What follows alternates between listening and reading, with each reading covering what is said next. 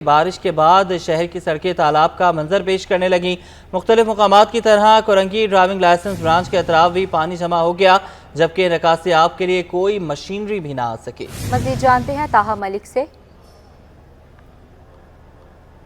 जी बिल्कुल, देखें शहर कराची वाले गर्मी से तंग, अगर बारिश की दुआ भी करें तो आखिर करें कैसे, क्योंकि जब शहर कराची में बारिश होती है तो यहाँ जो पानी का निज़ाम, निकासी आब का निज़ाम है, ये तबाह हाल हो चुका है और ये इसकी जो पोल है वो हालिया बारिश ने खोल दी है। आपको बताता चलूँ कि इस वक्त मैं कोरंगी लाइसेंस ऑफिस के बाहर मौजूद हूँ और यहाँ पर अपने कैमरामैन से दरख्वास्त करूँगा कि जो हालिया बारिश है उसके नतीजे में पानी की जो सूरत हाल है वो किस तरह बदतरीन जो है शक्ल इख्तियार कर चुकी है। मैं अपना कैमरामैन से ये भी दरख्वास्त करूँगा कि यहाँ पर दिखाएं कि तकरीबन टुकने पानी यहाँ पर जमा हो चुका है और ये जो सूरत हाल है ये बद से बदतरीन होती हुई हमें नज़र आ रही है। इसकी वजह से ट्रैफिक के जो मसाइल हैं वो खड़े होते हुए नज़र आ रहे हैं और साथ ही जो सड़कों का निज़ाम शहर कराची में पहले ही तबाहशुदा था वो इस पानी के बायस जो है वो मज़ीद तबाह होता हुआ नज़र आ रहा है। यहाँ पर सवाल ये है कि बल्दिया उज़्मा कराची क्या कर रही है। यहाँ पर बल्दिया उज़्मा कराची की कोई मशीनरी हमें लगी हुई नज़र नहीं आती कि ये जो सड़क है ये कोरंगी कॉजवे से जो है वो ब्रूक्स चौरंगी तक आ रही है, जो कि हमें महमूदाबाद के इलाके को कोरंगी से मिलाती है और ये शाहरा काफ़ी ज़्यादा अहम शाहरा है क्योंकि ये जो इलाका है पूरा इंडस्ट्रियल एरिया है और यहाँ पर जो काम करने वाले अफराद हैं उनकी तादाद जो है बहुत ज़्यादा इस रास्ते को इस्तेमाल करती है। यहाँ पर चंद सवालात हैं जो कि इंतज़ामिया के लिए हैं कि इंतज़ामिया जो अरबों रुपए जो है नालों की सफाइयों में लगाती है, इस बात के दावे करती है कि हमने तमाम तैयारियाँ कर ली हैं, तो उनकी तैयारियाँ कहाँ हैं वो ज़रा यहाँ पर आकर दिखाएँ। बारिश का पानी वफाकी उर्दू यूनिवर्सिटी अब्दुल हक कैंपस के मरकजी शहरा और सिविल अस्पताल के ट्रामा सेंटर के पास जमा। मरीजों और मुसाफिरों को शदीद मुश्किलात का सामना है। तफसीलात जानेंगे इब्राहिम रन से, बताइएगा। जी देखें, बिल्कुल बारिश के बाद कराची की मुख्तलिफ गली महल्ले जो वो तालाब का मंजर पेश कर रहे हैं और वहाँ पे पानी निकालने के लिए मुतलका महकमों ने कोई कार्रवाई नहीं की। यहाँ से गुजरने वाली ट्रैफिक की रवानी भी शदीद मुतासिर है, जबकि अस्पतालों की भी यही सूरत हाल है, जबकि यूनिवर्सिटियों का भी यही हाल है। जैसे कि मेरे सीधात की तरफ दिखा सकते हैं हमारे कैमरामैन, वफाकी उर्दू यूनिवर्सिटी जो कि अब्दुल हक कैंपस है, ये सिविल अस्पताल के बराबर में, यहाँ पर भी यही सूरत हाल है कि इसका मेन गेट जो है वो बारिश के पानी में डूबा हुआ है, जबकि इसी तरह देख सकते हैं कि अभी भी बारिश का पानी बड़ी मिकदार में यहाँ पर मौजूद है। जैसे कि हम दिखा सकते हैं आबादी यहाँ से गुजरने वाली ट्रैफिक की रवानी भी शदीद मुतासर है, जैसे कि ये गाड़ियाँ गुजर रही हैं। जबकि इसके अलावा अगर बात की जाए कराची के अस्पतालों की, तो सिविल अस्पताल का ट्रामा सेंटर है शहीद मोहतरमा बेनज़ीर भुट्टो ट्रामा सेंटर, जो कि इसकी इमारत बिल्कुल ये देख सकते हैं आपके बिल्कुल सामने नज़र आ रही है। ये शहीद मोहतरमा बेनज़ीर भुट्टो का ट्रामा सेंटर है और यहाँ पे आने वाले मुसाफिरों को, मरीजों को, उनके तीमारदारों को, तिब्बी अमले को और दीगर अफराद को भी शदीद मुश्किलात का सामना करना पड़ रहा है। अभी भी बड़ी तादाद मिकदार में बारिश का पानी यहाँ पे जमा है, गुजरने वाली ट्रैफिक की रवानी शदीद मुतासिर है। इसी तरह सिर्फ अस्पतालों और यूनिवर्सिटियों की बात के अलावा जो है कराची के मुख्तलिफ गली महलों में भी बारिश का पानी जमा है, वहाँ पे मुतलका महकमे नहीं पहुँच सके, बारिश का पानी नहीं निकाला जा सका। जबकि इसके अलावा कौमी इदारा बराए इमराज़ कल्ब, सिविल अस्पताल, जिना अस्पताल, अब्बासी शहीद अस्पताल समेत दीगर अस्पतालों के अंदर और बाहर भी बारिश का पानी जमा है। तो यहाँ से गुजरने वाली अवाम ने भी हुकूमत से मुतालबा किया कि फौरी तौर पर बारिश का पानी निकाला जाए ताकि यहाँ से गुजरने वाले मुसाफिर बेहतर अंदाज से यहाँ से गुजर सकें। जी, बारिश के बाद की ही सूरत हाल की बात करेंगे। सड़कें तालाब का मंजर पेश कर रही हैं, शाहरा लियाकत भी ज़ेर आब आने से ट्रैफिक की रवानी मुतासिर होने लगी है। मज़ीद जानते अपने नुमाइंदे मीर खीरियो से, आगाह कीजिएगा हमें मीर। हल्की सी बारिश के बाद शहर कराची की सड़कें तालाब का मंजर पेश करने लगी हैं। मुख्तलिफ इलाकों में नशीबी इलाके ज़ेर आब आ चुके हैं। इस वक्त मैं जहाँ से रिपोर्ट कर रहा हूँ ये कराची का शहर लियाकत कहलाता है। यहाँ पर आप देख सकते हैं कि कितना पानी जमा होगा। ये हल्की सी बारिश के बाद कराची की सड़कों का ये हाल है। लेकिन बरसात ने शहर कायद का हुलिया बिगाड़ दिया। शहर लियाकत पर बारिश के पानी में सीवरेज का पानी भी शामिल हो गया है। समोसे पकोड़े फरोख्त करने वाले गंदे पानी में ठेला लगाने पर मजबूर हैं। मज़ीद तफसीलात अख्तर शेख से जानेंगे, बताइएगा।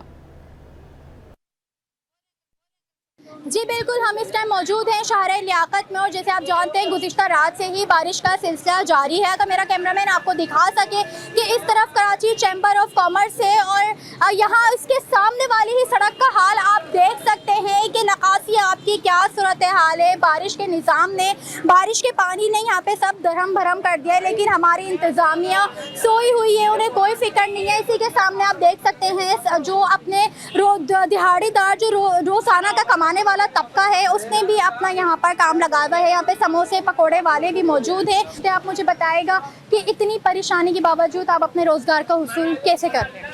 बदबाजी क्या करें, घर के हालात भी ऐसे हैं, मजदूर तबका है, हम तो नहीं कर सकते, मगर क्या करें, मजबूरी है, हमारा घर भी परेशान हाल है, सब कुछ कोई देने वाला नहीं है। हुकूमत महंगाई बढ़ाती जा रही है, गैस के देख लो आप, बिजली के बिल देख लें आप, मगर फिर भी क्या करें, इतना पानी खड़ा हुआ है फिर भी हम मजदूरी कर रहे हैं यहाँ पे। तो ये बारिश का पानी है, जो आगे गटर वगैरह बढ़ रहे हैं उनका भी पानी आ रहा है? नहीं, अभी तो ये बारिश का पानी है, बारिश की वजह से गटर का पानी भी मिक्स हो गया है, क्योंकि गटर की काफ़ी टाइम से मतलब सफाई नहीं हुई है, वो गटर भी बंद है।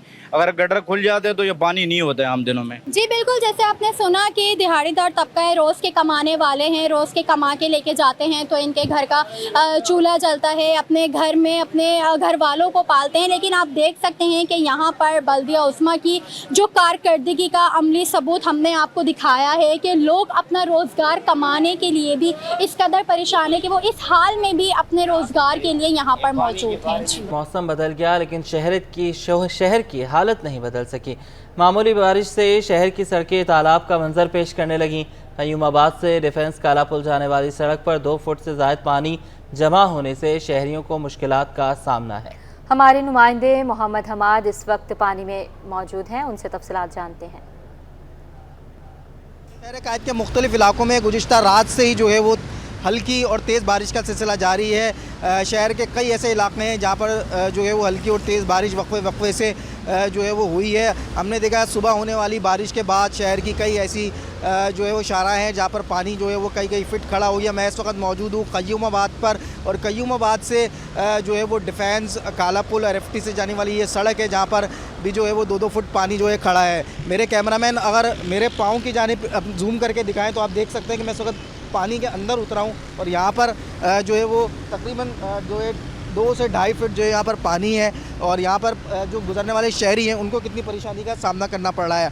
मेरे कैमरामैन जो है वो जूम करके मेरे पाँव दिखा सकते हैं कि कितने अंदर जो है इस वक्त पानी में मेरे पाँव जो है वो डूबे हुए हैं। आप देख सकते हैं यहाँ से गुजरने वाली जो मोटरसाइकिल सवार हजरात हैं उनको सबसे ज़्यादा परेशानी का सामना करना पड़ रहा है, क्योंकि जो है पानी की जो छींटें हैं उनके कपड़ों पे आती है, वो ख़राब होते हैं, नमाज के वो कपड़े होते हैं, और साथ ही साथ जो गाड़ियाँ यहाँ से गुजर रही हैं, जो लग्जरी गाड़ियाँ हैं, उनकी गाड़ियाँ भी यहाँ पर इस पानी से गुजरते हुए जो ख़राब होती हैं। इस वक्त जो कि दोपहर के 3 बज रहे हैं और अब सुबह बारिश हुई थी और सुबह के बाद से कई घंटे गुजर चुके हैं, बारिश नहीं हुई, लेकिन पानी की जो निकासी है वो अब तक यहाँ पर नहीं हो सकी। ना हमने यहाँ पर कोई इंतज़ामिया की मशीनरी देखी है कि वो यहाँ पर मौजूद हो और पानी की निकासी के लिए काम करती हुई दिखाई दे रही हो। तो ये तमाम सूरत हाल है। इंतज़ामिया जो है वो अपने ठंडे कमरों में बैठकर दावे तो करती है, लेकिन ये दावे जो है सिर्फ जो है वो दावे ही होते हैं, इन पर जो है वो अमल नहीं होता। आप देख सकते हैं यहाँ पर ये सूरत हाल है इस सड़क की, कई फीट यहाँ पर पानी जमा है और यहाँ जो शहरी हैं उनको शदीद दुश्वारी का सामना करना पड़ रहा है यहाँ से इस सड़क से गुजरते हुए। जी, चंद मिलीमीटर की बारिश ने शहरी इंतजामिया के दावों की कलई खोल दी है। सदर के एतराफ़ में बरसाती पानी जमा है, जबकि शहरियों को आमदोरफ्त में परेशानी का सामना है। खुर्शीद रहमानी हमारे साथ मौजूद हैं। खुर्शीद, ये बताइएगा कि अभी सिर्फ चंद मिलीमीटर बारिश हुई है और शहर भर का क्या हाल है? सुबह से हम रिपोर्ट कर रहे हैं, जब प्रॉपर मानसून बारिशें शुरू होंगी 100, 200, 300 मिलीमीटर तक बारिश होगी, क्या हाल होगा शहर कायद का? बारिशों से शहर कराची का जो मौसम है वो तो बहुत अच्छा हो गया है। ठंडी हवाएं चल रही हैं और शहरी खुश हैं, लेकिन जब बारिशों के बाद जब शहर की जो सूरत हाल है वो अगर हम देखते हैं तो शहरी इस बारिश को जो है वो जहमत समझने लगते हैं। अभी तो बारिश का एक झोंका सा आया था। जब ये सूरत हाल है, अगर तेज़ बारिशें तेज़ हवाओं के साथ हो गई तो शहर की क्या सूरत हाल होगी। मैं इस वक्त सदर की मसरूफ़ तरीन शाहरा पर मौजूद हूँ। मेरे रकब में आप देख सकते हैं, कैमरामैन शाहदेव आपको दिखाएंगे कि वो सड़क है जो मेन सदर को मिलाती है और यहाँ से लोग आमदोरफ्त के बाद मुश्किलात का सामना जिनको करना पड़ता है। सदर की मेन मार्केट है, ये फ्रूट मार्केट है, छुट्टी का वक्त है, यहाँ से लोग अपने घरों को भी जा रहे हैं। ये आने वाली सड़क है, आप देख सकते हैं किस कदर पानी यहाँ भरा हुआ है और आज तकरीबन अब तक जो है वो 12 से 13 घंटे गुजर चुके हैं, लेकिन अब तक कोई इंतज़ामिया यहाँ इस पानी की निकासी के लिए नहीं आई है। किस तरह गाड़ियाँ जो हैं वो पानी के अंदर सफ़र कर रही हैं, मोटरसाइकिल, पैदल चलने वाले अफराद, और यहाँ पर जो कारोबार है वो इस वक्त शदीद कारोबारी हजरात जो है शदीद मुश्किलात के अंदर इस वक्त मौजूद हैं और वो इस बात पर शिकवा कर रहे हैं कि शहरी हुकूमत कहाँ है, बल्दियाती इदारे कहाँ हैं कि वो इस पानी की निकासी का काम शुरू कर सकें, क्योंकि ये मसरूफ़ तरीन शहरा है और इसके अतराफ़ में आबादी भी मौजूद है और कारोबारी मराकज़ भी मौजूद हैं। सदर की ये मसरूफ़ तरीन शहरा, सदर के अतराफ़ में भी अस्पताल मौजूद हैं, जिना अस्पताल मौजूद है और उसके अतराफ़ में सर्जिकल मार्केट है, वहाँ भी पानी गलियों में, चौराहों में बदस्तूर मौजूद है। और उसकी मेन वजह जो ये है कि यहाँ का जो सीवरेज सिस्टम है वो बेहतर नहीं है, उसकी मुनासिब सफाई नहीं हुई, जिसकी वजह से पानी इस वक्त सड़क पर मौजूद है। मेरे साथ एक शहरी मौजूद है, उनसे गुफ्तगू करेंगे कि उन्होंने किस किस को टेलीफोन किया और वहाँ से क्या जो है वो उनका जवाब आया। आपने शहरी इंतजामिया को फ़ोन किया या किस किस को आपने इस पानी की निकासी के लिए फ़ोन किया? हमने कराची कंटोनमेंट बोर्ड में फ़ोन किया कि भाई ये नाले भरे हुए हैं, इनको आप देखें आके, तो वो कहते हैं ये एरिया हमारा नहीं है, ये टोन का एरिया लगता है। तो हमने टोन में फ़ोन करा, टोन वाले बोलते हैं ये एरिया हमारा नहीं है, केएमसी का लगता है। अब हम जाएं तो किधर जाएं, किसको बताएं जाके? अब यहाँ स्यू पर बैठे हुए हैं हम लोग, यहाँ इतने परेशान हैं, गटर के पानियों में घूम रहे हैं, आ रहे जा रहे हैं, पैर हमारे सारे ख़राब हो रहे हैं, गल रहे हैं, ठीक है। और बच्चे जो हैं यहाँ पे जो खेल रहे हैं, कूद रहे हैं, उनको बीमारी जरासीम लग रहे हैं। मैं खुद पेशेंट आदमी हूँ, मेरे को खुद रोड पे घूमना मना है इस तरीके से, लेकिन मजबूरी के तहत निकलना पड़ता है, काम धंधे के तहत। तो यहाँ पे गटर पानी सब जगह भरा हुआ है। आप एनामाई हॉस्पिटल चले जाएं, बस अड्डे के पास, वहाँ पूरा नाला बह रहा है। वहाँ फ़ोन किया, कराची कंटोनमेंट बोर्ड का एरिया है, उनको फ़ोन किया, वो बोलते हैं सर ये हमारा इलाका नहीं लगता, आप टीएमसी को फ़ोन करें, टोन को फ़ोन करें, वो करेंगे आके। उनको फ़ोन करा तो वो बोलते हैं ये हमारा एरिया नहीं है, आप केएमसी को बोलो। तो हम किसको बोले? हम कराची में रह रहे हैं, पाकिस्तान में रह रहे हैं, या किसी और शहर में रह रहे हैं, किसी और मुल्क में रह रहे हैं। ये वो शिकवे हैं जो कराची का हर शहरी इस वक्त कर रहा है और इनका ये कहना है कि ये टेलीफोन दर टेलीफोन इदारों को कर रहे हैं, लेकिन वहाँ से कोई सुनवाई नहीं हो रही और एक का मलबा दूसरे पे और दूसरे का मलबा तीसरे पे जो है वो डाला जा रहा है। इस वक्त भी मेरे कैमरामैन शाहजेब आपको दिखाएंगे कि ये पूरी सड़क जो है वो पानी के अंदर ज़ेर आब तालाब का मंजर ये पेश कर रही है, लेकिन यहाँ पर जो है वो कोई इस पानी को निकासी के लिए तैयार नहीं है कि इस पानी को निकास किया जा सके। और शहरी इदारे, बल्दियाती इदारे कहाँ चले गए हैं कि वाटर एंड सीवरेज बोर्ड का अमला, बल्दियाती इदारों का अमला और उसके अलावा जो मेयर कराची की जो टीम है वो इस वक्त हमें ये मेन सदर का एरिया है, यहाँ पर हमें नज़र नहीं आ रही। चंद कदम के फासले पे जो है वो मेयर कराची का ऑफिस है, यही इसी सदर के अंदर जिना अस्पताल मौजूद है और इसके लेफ्ट साइड पे जाएं तो हम सिविल अस्पताल मौजूद है और इसके बिल्कुल दूसरी तरफ तक जाएं तो एनएमआई हॉस्पिटल मौजूद है। ये 4-5 अस्पताल जो है वो, उसके अलावा कारोबारी इलाका है। यहाँ पर अब तक जो है वो निकासी आपका काम नहीं हो सका, उसकी वजह है कि अब तक यहाँ पर टीम नहीं आई है और जब टीम आएगी तो फिर इस निकासी आपका काम मुकम्मल हो सकेगा, जब कहीं जाके शहरियों को सुकून का एहसास आएगा। जी बहुत शुक्रिया, आपने हमें अपडेट किया।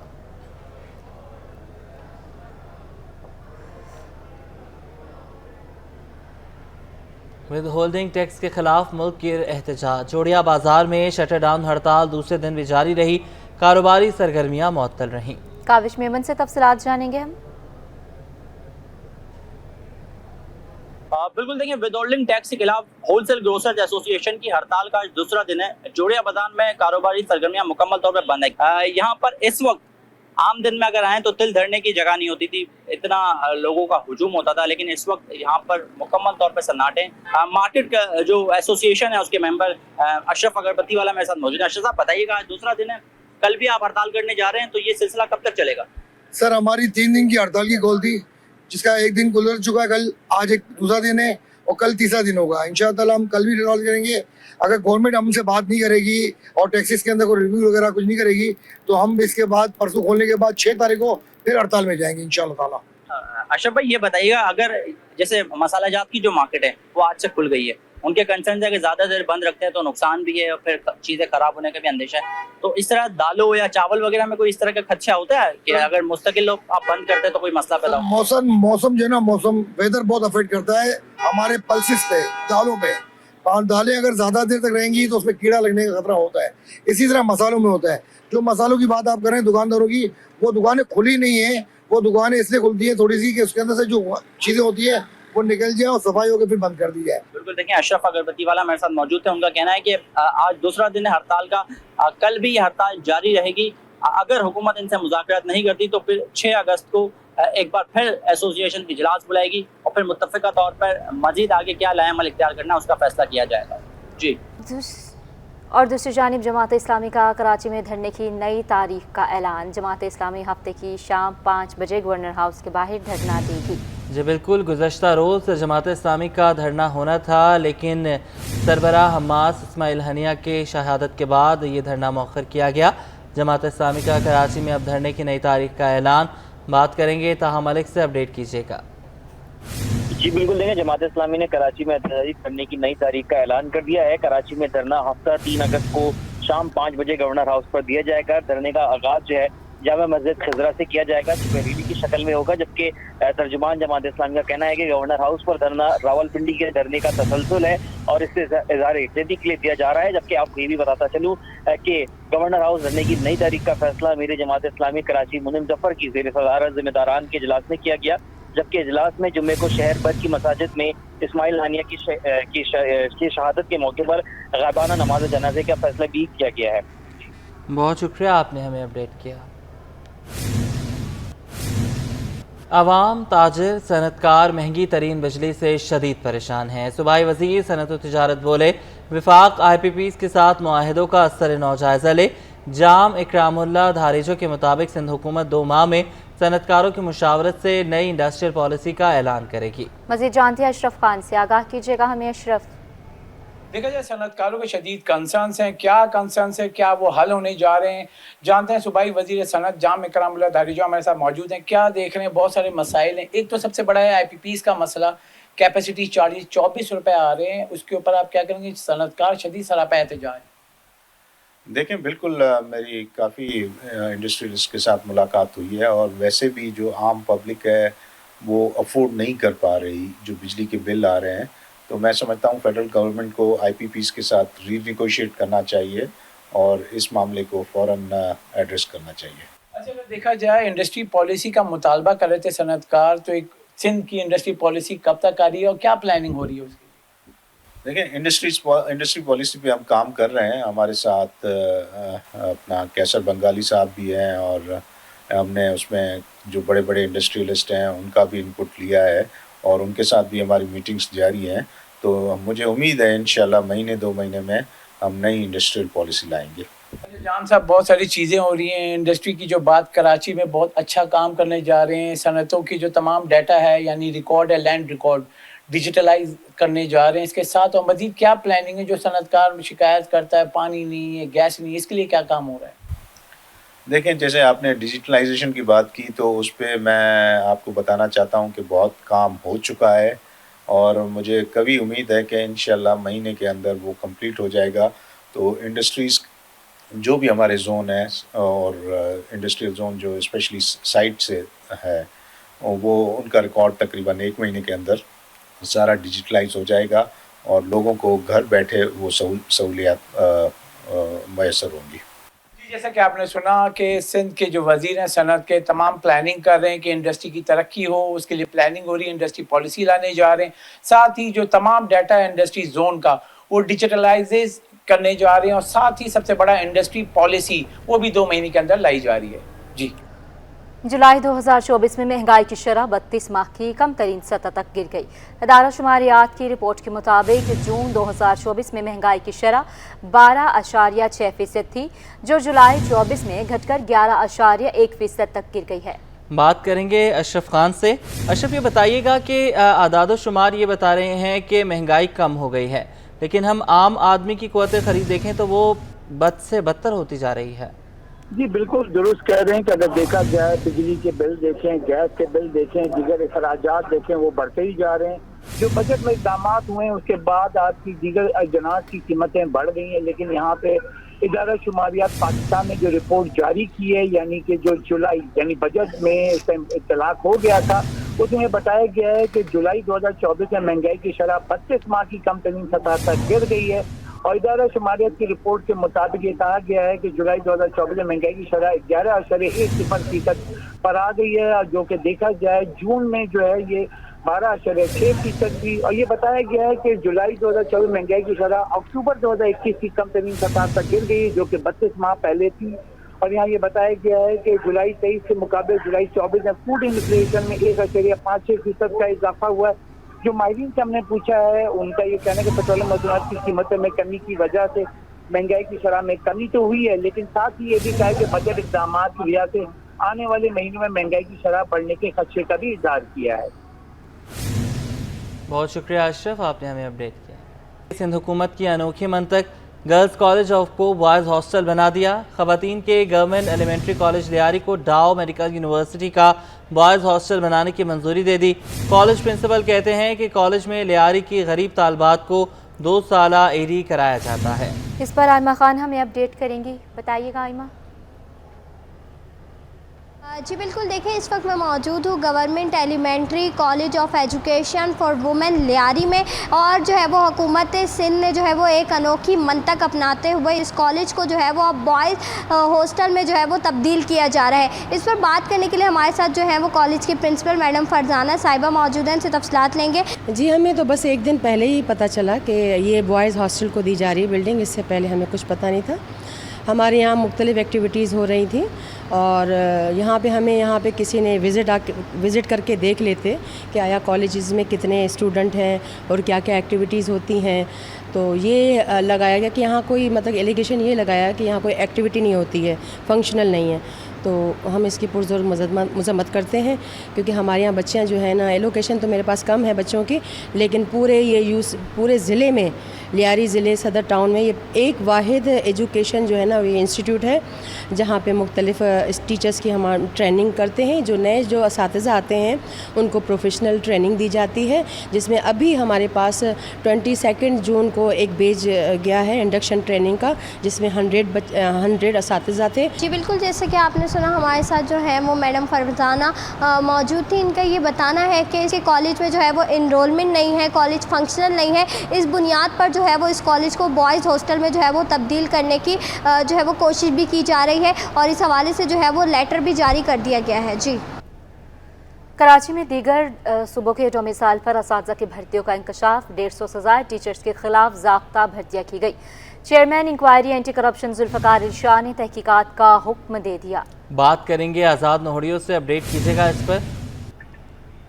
जी बिल्कुल, हुकूमत सिंध की जानब से हालिया होने वाली असातिज़ा की भर्तियों में खासतौर पर कराची में मुबैना तौर पर गैर कानूनी तरीके से 150 से ज़ायद दीगर सूबों का डोमिसाइल रखने वाले असातिज़ा की भर्तियों का इंकशाफ हुआ है। इस हवाले से ये भर्तियाँ कराची के ज़िला शर्की में की गई। इस हवाले से पंजाब और खैबर पख्तूनख्वा का डोमिसाइल रखने वाले अफराद को कराची जो है शर्की ज़िले में प्राइमरी स्कूल टीचर और जूनियर स्कूल टीचर के तौर पर भर्ती किया गया। इस हवाले से जो है महकमा इंक्वायरी एंटी करप्शन एस्टेब्लिशमेंट ने बाज़ाब्ता तौर पर इस मामले की तहकीकात का अमल जो शुरू कर दिया है और chairman inquiry anti corruption Sindh जो है जुल्फ़िकार शाह उन्होंने बाज़ाब्ता तौर पर तहरीरी तौर पर अहकाम जारी किए। Director inquiry anti corruption establishment Sindh को फौरी तौर पर इस मामले की तहकीकात की जाए और तहकीकात करके जो जिम्मेदार है उनका तयन करके उनके खिलाफ भी कार्रवाई अमल में आ जाए। ये भर्तियाँ जो है, जो भर्तियाँ की गई हैं, उन पर जो इल्ज़ाम है वो इल्ज़ाम डायरेक्टर जो है स्कूल का तालीम कराची है कि यारमुन बालादी, उन पर इल्ज़ाम आए थे, लेकिन महकमा एंटी करप्शन ने इस मामले की शफाफ तरीके से तहकीकात करने का फैसला कर लिया। तहकीकात करने के बाद जो गैर कानूनी तरीके से असातिज़ा भर्ती किए गए उनके खिलाफ और जो जिम्मेदार है उनके खिलाफ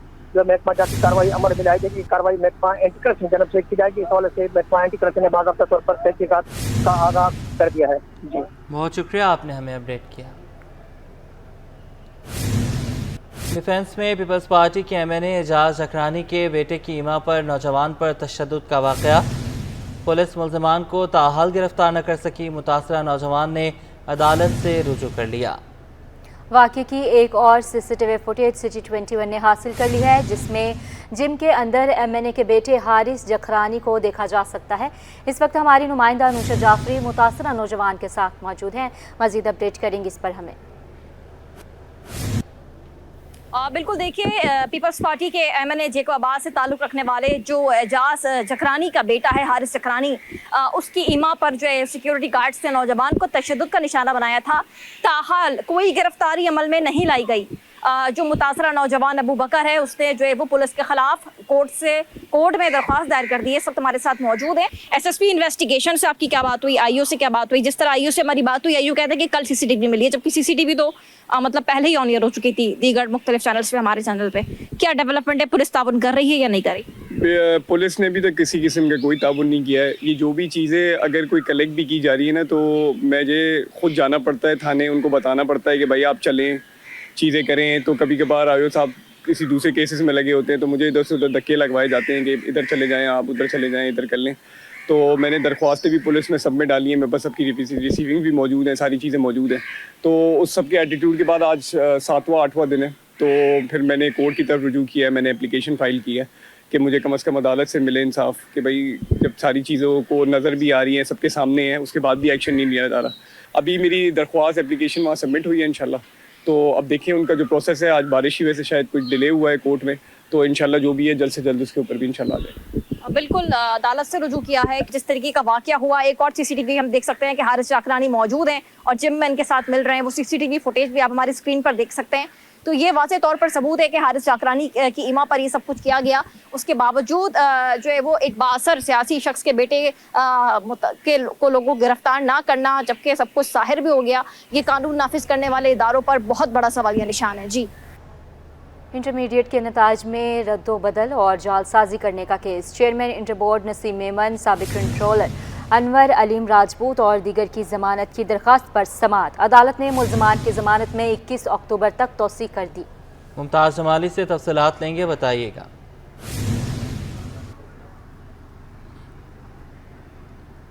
मुमताज़, अगर आप हमें सुन पा रहे हैं, अपडेट कीजिएगा इस हवाले से। इंटरमीडिएट के नताज में रद्दोबदल और जालसाजी का केस, इस पर बात करेंगे। मुमताज़ जमाली से अपडेट कीजिएगा। बिल्कुल, देखिए जी, आज सूबाई एंटी करप्शन कोर्ट में इंटरमीडिएट में जो नताइज में रद्दोबदल और जालसाजी से मुतल्लिक मुकदमे की समाअत हुई है, इसमें chairman inter board Naseem Memon, साबिक कंट्रोलर अनवर अलीम राजपूत और दीगर की दरख्वास्त जमानत पर समाअत हुई है। अदालत ने मुल्ज़मान की जमानत में 21 अक्टूबर तक तौसीक़ कर दी है, जबकि दीगर मुल्ज़मान में साबिक कंट्रोलर इम्तहानात ज़हीर अहमद भुट्टो, साबिक असिस्टेंट कंट्रोलर इम्तहानात तनवीर अब्बासी जैदी, मुल्ज़मान में असिस्टेंट कंट्रोलर अब्दुल हारिस फारूकी, साबिक assistant controller Mohammad Athar, deputy controller Mohammad Aslam Chauhan और दीगर शामिल हैं। मुल्ज़मान के वकील ने अदालत में मौक़िफ़ अख्तियार किया कि मुल्ज़मान के खिलाफ हाई कोर्ट में भी केस चल रहा है, जब तक सिंध हाई कोर्ट से फैसला नहीं आता तब तक कोई कार्रवाई न की जाए। उन्होंने अदालत से इस्तदा की है, लिहाजा अदालत ने समाअत मुलतवी कर दी है। मुल्ज़मान के खिलाफ 2 फरवरी 2023 को एंटी करप्शन साउथ की जानिब से मुकदमा दर्ज किया गया था, जबकि तफ्तीशी अफसर का कहना है कि मुल्ज़मान ने 2022 और 2023 के नताइज में रद्दोबदल बेज़ाब्तियों अख्तियारात का नाजायज़ इस्तेमाल किया था। जी, बहुत शुक्रिया, आपने हमें अपडेट किया। अभी आप हमारे साथ मौजूद रहिएगा। सरबराह हमास इस्माइल हनिया की शहादत। सिंध बार काउंसिल का 2 अगस्त को सुबह भर में यौम स्याह मनाने का ऐलान। सिंध बार काउंसिल के मुताबिक सूबे की तमाम बार एसोसिएशन मुजाहरे और रैलियाँ करेंगे। तफसीलात जानते हैं मुमताज़ जमाली से। बिल्कुल, देखें जी, ये हमास के रहनुमा इस्माइल हनिया के कत्ल से मुतल्लिक सिंध बार काउंसिल ने 2 अगस्त को सूबे भर में यौम स्याह मनाने का ऐलान कर दिया है। सिंध बार काउंसिल के एलामी के मुताबिक सूबे के तमाम बार एसोसिएशन एहतजाजी मुजाहरे और रैलियाँ निकालेंगे। सिहोनी बरबरीत अपने उरूज पर पहुँच चुकी है, ये सिंध बार काउंसिल का एलामिया है। एलामिया में यह भी कहा गया है कि सिंध बार काउंसिल फ़लस्तीनी मुजाहिद को खराज तहसीन पेश करती है। सिंध बार काउंसिल बहादुर फ़लस्तीनियों के गम में बराबर की शरीक है। अलामी के मुताबिक सिंध बार काउंसिल फ़लस्तीनी अवाम की भरपूर हिमायत जारी रखेगी। आलमी इदारों के मसला फ़लस्तीन पर खामोशी माना खेज है, जबकि सिंध बार काउंसिल फ़लस्तीनी अवाम के जो है शाना बचाना खड़ी है। जी, ठीक है मुमताज़, बहुत शुक्रिया आपका। पाकिस्तान 8 अरब डॉलर की ज़राई शोबे में एक्सपोर्ट तक पहुंच गया है। Trade development authority of Pakistan के चीफ एग्जीक्यूटिव जुबैर मोतीवाला का कहना था कि रवा साल हमारा हदफ 10 से 12 अरब डॉलर तक ले जाने का है। इस वक्त तक ज़राअत में 37% का इजाफा हो गया है। मज़ीद तफसीलात जानेंगे अयाज राना से, बताइएगा। जी बिल्कुल, अगर हम बात करें ज़रूरी शुबे के हवाले से तो इस वक्त तक हमारे पास जो अब आदाद शुमार आए हैं उसके अंदर $8 बिलियन की जो है अब तक की एक्सपोर्ट हो चुकी है। और आगे आने वाले साल के अंदर कैसे देख रहे हैं, इस वक्त हमारे साथ मौजूद हैं TDAP के CEO ज़ुबैर मोतीवाला। उनसे जानते हैं, ज़ुबैर भाई क्या हदाफ रखे हैं इस दफ़ा? ज़राअत हमारी जहाँ हम देख रहे थे एक्सपोर्ट बढ़ रही है, उसके ऊपर क्या हदफ है हमारे इस दफ़ा ज़राअत?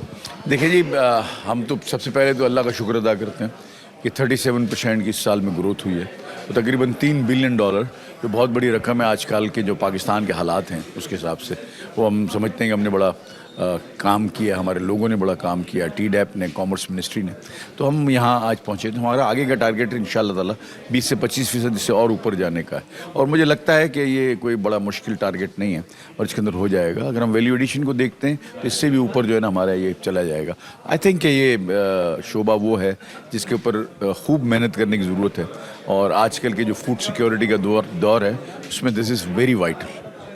क्या चीज़, कौन सी ऐसी पैदावार जो सपोर्टिव हो रही है? चावल के अलावा भी कौन सी ऐसी प्रोडक्शन है जो हमारी इस वक्त आगे एक्सपोर्ट में और दुनिया इसको पसंद करे?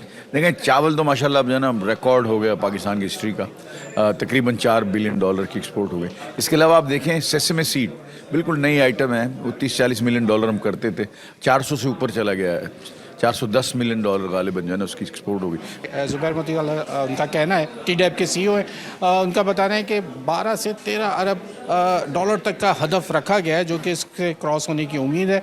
ज़रूरी शोबा जो है वो अब तरक्की करता हुआ हमें नज़र आ रहा है, और ख़ास करके जो एक्सपोर्ट्स है वो उसके अंदर दर्जा ब दर्जा जो हम देख रहे हैं उसके अंदर तेज़ी और आगे की तरफ बढ़ती हुई हमें नज़र आ रही है। जी, सिंध हुकूमत ने कमर्शलाइज्ड गाड़ियों की डिजिटलाइजेशन और ऑटोमेशन का फैसला किया है।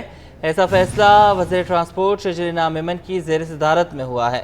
सिंध हुकूमत ने महकमा ट्रांसपोर्ट और कमर्शियल गाड़ियों की डिजिटलाइजेशन और ऑटोमेशन का फैसला किया है। सिंध के सीनियर वज़ीर शर्जील इनाम मेमन की ज़ेर सदारत आला सतह का इजलास महकमा ट्रांसपोर्ट और ज़ैली इदारों SMTA और PTA, RTA और ट्रांस कराची की भी डिजिटलाइजेशन का काम शुरू कर दिया गया है। महकमा ट्रांसपोर्ट के सॉफ्टवेयर से PTAs को आपस में जोड़ा जा रहा है। बैनुल-सूबाई